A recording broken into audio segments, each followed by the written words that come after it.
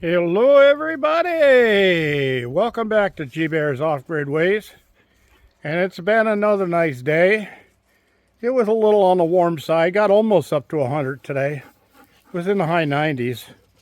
But I've been working outside all day. And it seems like, the day goes by so fast and I don't get anything done. But then I look at what I did and I say, well, that is quite a bit. So what did I get done today? Well, been working in the van, and I got to get this thing finished and cleaned out the rest of the way. This little metal thing here I just had blocking this doorway so the dogs wouldn't get in and get to the biscuits when I wasn't looking. But I think I pretty much trained them not to do that. So anywho, so what did I do? Well, you see this plug right here, that's because this inverter doesn't have any hardwire connections on it. So you have to plug into it if you want something external.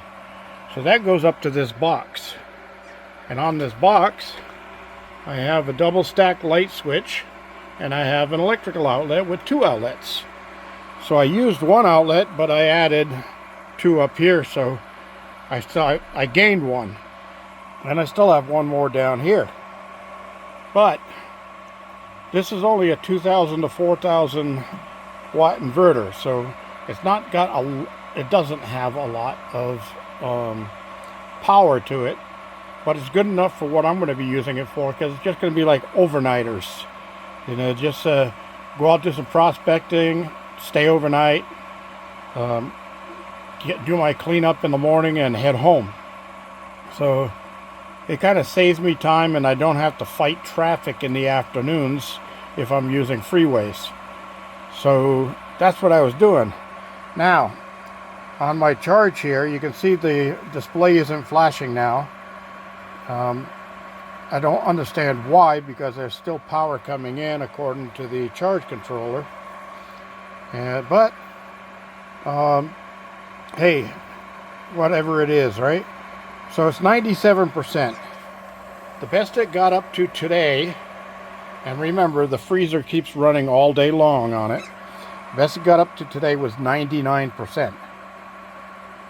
So it's saying I've got 31 hours and 22 minutes left in the battery. So there's plenty of juice in the battery. And that's only this one 200 amp hour battery. That one over there, you can see alligator clips on it, but those go to this charger. I figured since I had it disconnected from the system, I was going to give it a full charge on the LiFePO4 charger, the 12 volt, 20 amp watt cycle charger. So that's what that's all about. And it's fully charged now, but I figure I left it hooked up because I may do that one more time before I switch back, or I may attempt to tie that one into parallel with this one and see what I get out of that. See where that goes. So in the meantime, back to what I've been doing here. So the switches now are because if I'm going to camp back here, I'd like to have some better lighting here without using my van battery, so I could run off the back battery here. So I put a box up there, and I got to find a light fixture for it. Something low profile, so if I have to stand up a little bit and squat around, I don't break a bulb with my head. So, just a nice little compact type light will work great up there.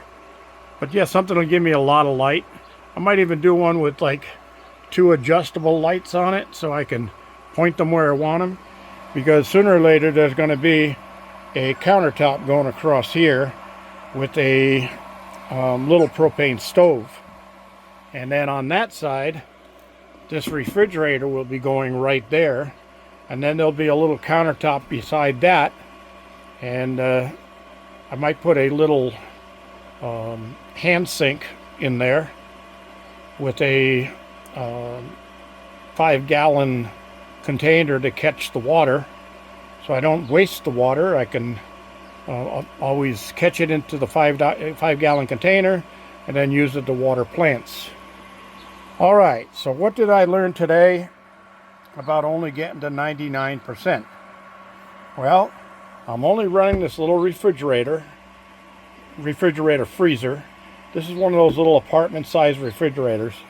I'm only running that on the unit, and even with two 100-watt Harbor Freight solar panels, the best I could get was 99%. So it was holding its own and charging, but it couldn't get over that hump to go to 100%. So what that means is I would need at least one more solar panel to work with the 200 amp battery.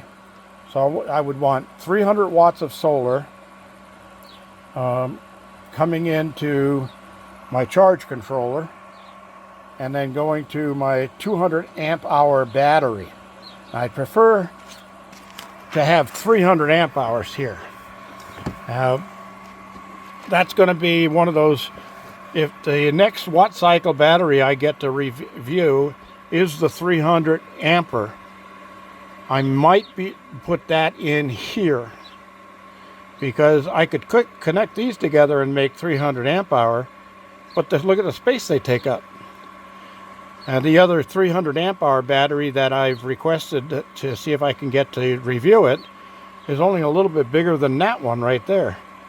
So I would be able to reverse it, put it in there, and then put my cabinet in, and then have this charge controller mounted on the face of the cabinet right here. So it's not underneath the cabinet, so I could see what I wanted and get to my USB ports. So you see my USB cell phone charger cord here. While I'm out here, I charge my cell phone while I'm working. So that's what I learned today working in here while I was getting things done. So for Donna, you're talking about your Harbor Freight solar panels. Okay, yes, if you have 400 watts of those, I would hook 2 of those in series. That's what I have on here, is 2 of those in series on the roof of here. And that's what's coming into this.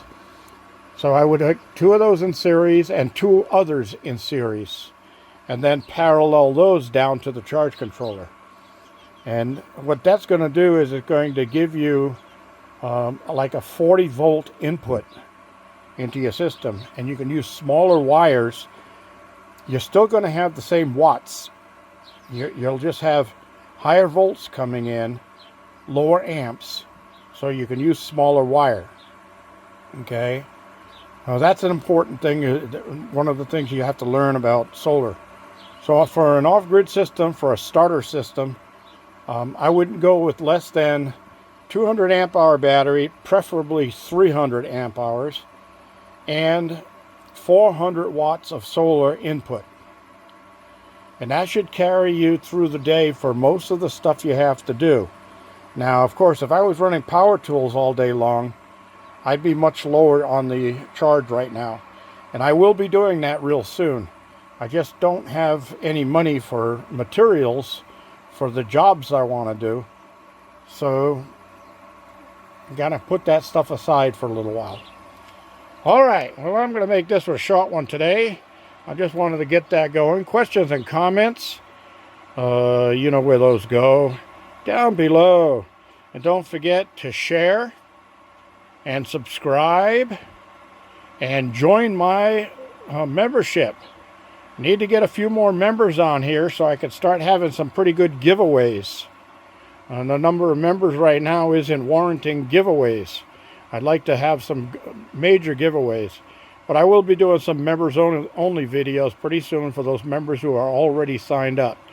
And I'll also be doing members only live with those guys, so that if there's questions that they want, mark them down and we'll do that all live. But it'll only be members.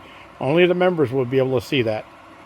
So thanks for joining me. This is G Bear signing off.